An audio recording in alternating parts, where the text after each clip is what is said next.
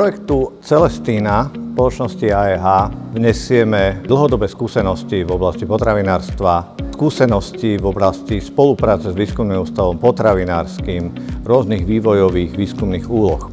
Na základe týchto informácií, týchto dát sme boli schopní zostaviť inovatívnu technológiu, ktorú sme schopní uviesť do praxe.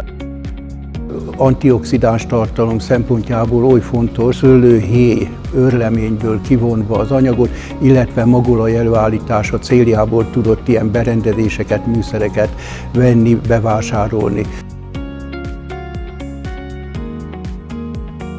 Jeden z dôležitých výsledkov projektu je to, že vzniká vlastne demonstračná jednotka.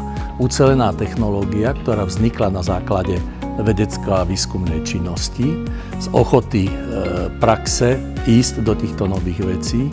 Demonstračná jednotka, na ktorej je možné vlastne ukázať a realizovať aj prípravu ďalších záujemcov o šírenie tejto technológie.